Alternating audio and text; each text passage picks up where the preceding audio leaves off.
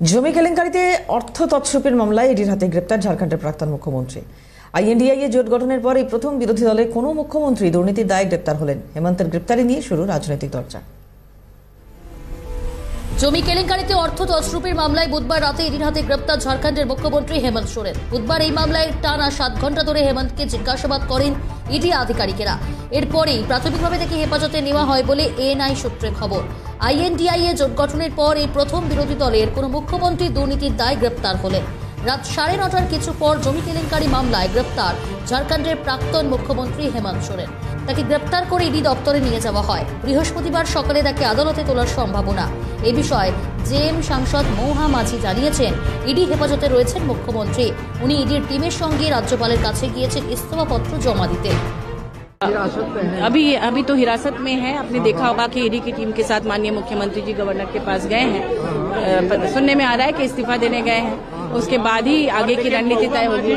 तमाम हमारे विधायक साथ में हैं, मंत्रीगण साथ में हैं। जी जिस तरह से मुख्यमंत्री से सुबह से पूछताछ चल रही थी, उसके बाद वो राजभवन आए इस्तीफा सौंप में, इस्तीफा देंगे क्या मुख्यमंत्री? ऐसी सूचना तो है, अभी हम लोगों से वो मिल नहीं पाए हैं।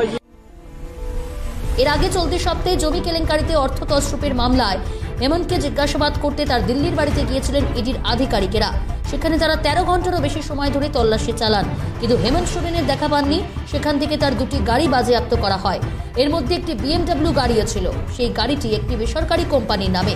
ওই কোম্পানির মালিক অনিশ আগরওয়াল নামে এক ব্যক্তি। অনিশ আগরওয়ালের সঙ্গে তার সম্পর্ক নিয়ে এদিন হেমন্ত সোরেনকে জিজ্ঞাসাবাদ করেন ইডি আধিকারিকরা বলেই সূত্রের খবর। একদিকে ইডি আধিকারিকরা যখন হেমন্ত সোরেনকে জিজ্ঞাসাবাদ করছিলেন, তখন অন্যদিকে পাল্টা ইডি আধিকারিকদের বিরুদ্ধে SC/ST ধারায় মামলা দায়ের করেন ঝাড়খণ্ডের মুখ্যমন্ত্রী। বিষয়টি নিয়ে শুরু হয়েছে রাজনৈতিক চর্চা। কেন্দ্রীয় তদন্তকারী সংস্থার এই তৎপরতা নিয়ে তীব্র কটাক্ষ ছুড়ে দিয়েছেন কংগ্রেস সাংসদ রাহুল গান্ধী। দুর্নীতির বিরুদ্ধে লড়াইটা সামগ্রিকভাবে হওয়া উচিত, মত কংগ্রেসের মুখপাত্র সৌম্য আইচ রায়। ভাবে কাউকে টার্গেট করা হচ্ছে। আমার কথা হচ্ছে, দুর্নীতির বিরুদ্ধে লড়াইটা যখন হবে বিজেপি, সামগ্রিকভাবে হওয়া উচিত। কালীঘাট আর ক্যামাক স্ট্রিটের দিকে কেন যাচ্ছে না? বিরোধী সরকার ভাঙার চেষ্টা হচ্ছে, অভিযোগ সিপিএম সাংসদ বিকাশ রঞ্জন ভট্টাচার্যের। বিরোধী সরকার যেখানে আছে সেই সরকারকে ভাঙার চেষ্টা করছে এবং ভাঙতে গিয়ে তথাকথিত দুর্নীতির বিরুদ্ধে লড়াইয়ের প্রবণতা দেখাচ্ছে। যারা দুর্নীতি করবে তারা কেউ ছাড়া পাবে না, হুঙ্কার বিজেপির রাজ্য সভাপতি সুকান্ত মজুমদারের।